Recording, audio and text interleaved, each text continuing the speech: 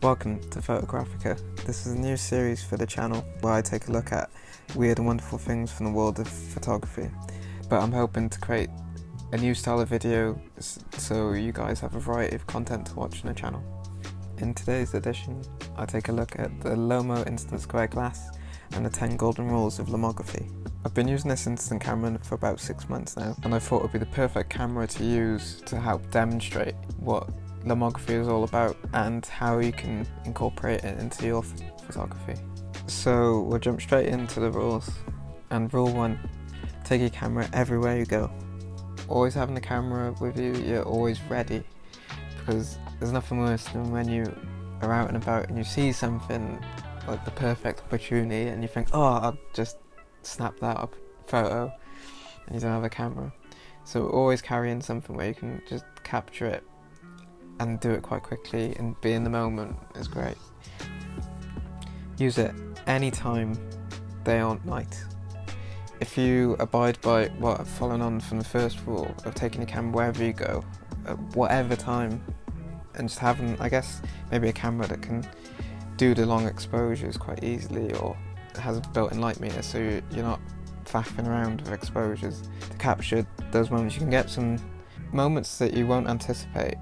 Rule 3, Lomography is not an interference in your life but a part of it. Not every photo we take has to be a perfect work of art. Sometimes just having a camera on hand and just random moments can be great for just capturing memories, and we can create images that to us might mean the world, but to a random person might just look like a random snapshot. Rule number 4, try the shot from the hip. This when I say shoot from the hip, but shoot without fear. I think the notion of just shooting from the hip is you're not worrying about composition, you're not worrying, but you're just in the moment, you're just trying to capture an image, and not even taking the effort to look through the viewfinder.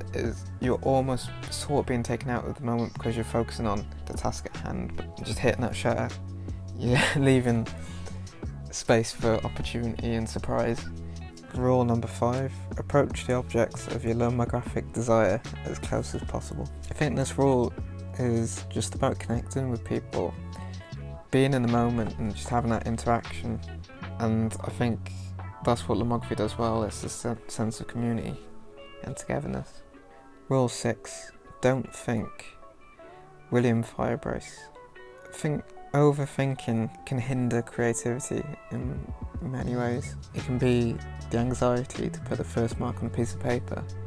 Sometimes just doing it, just going out there and doing it, just can lead to something interesting and create something new. You gotta think back to when you were young and you were drawing or you were painting in school or whatever, and you would just do it just naturally. You wouldn't second guess, you wouldn't care that you're drawing a stick figure and the sun's got sunglasses on.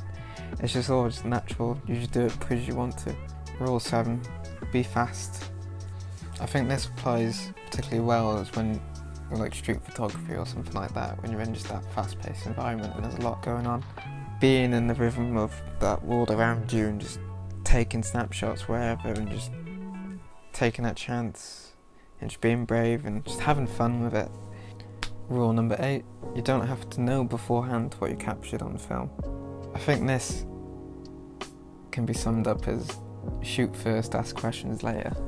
I think one of the beauties of shooting on film is you don't have to have a screen where you can flick back through your images, and it's very easy to fall into that of just standing there wherever you are and just flicking through the past few images and making instant judgments. Because it's what's done is done at the end of the day, there's no point worrying about it.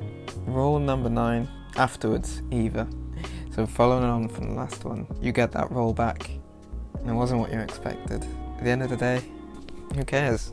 Something was just a little bit out of focus. So what? You've captured the moment. Nothing in the world and nothing we create can be 100% perfect. So why strive for perfection? It's the imperfections in life, in art, that make them what they are. Rule number 10, don't worry about the rules. In this day and age we get so bogged down, especially in the age of social media and forums and Reddit and whatever else. We get so bogged down in our little rituals and practices, and you should only shoot this then, and this is how you should edit your negatives, or don't edit your negatives. Just do what works for you. At the end of the day, you're the creator. It's your vision. So do what meets your vision. This life's too short to be worrying about sticking to tradition. Thanks for watching the video. Remember to like and subscribe if you like what you see. Also, if you want to support the channel, feel free to check out the link in the description to my darkroom page where you can buy prints featured on the channel.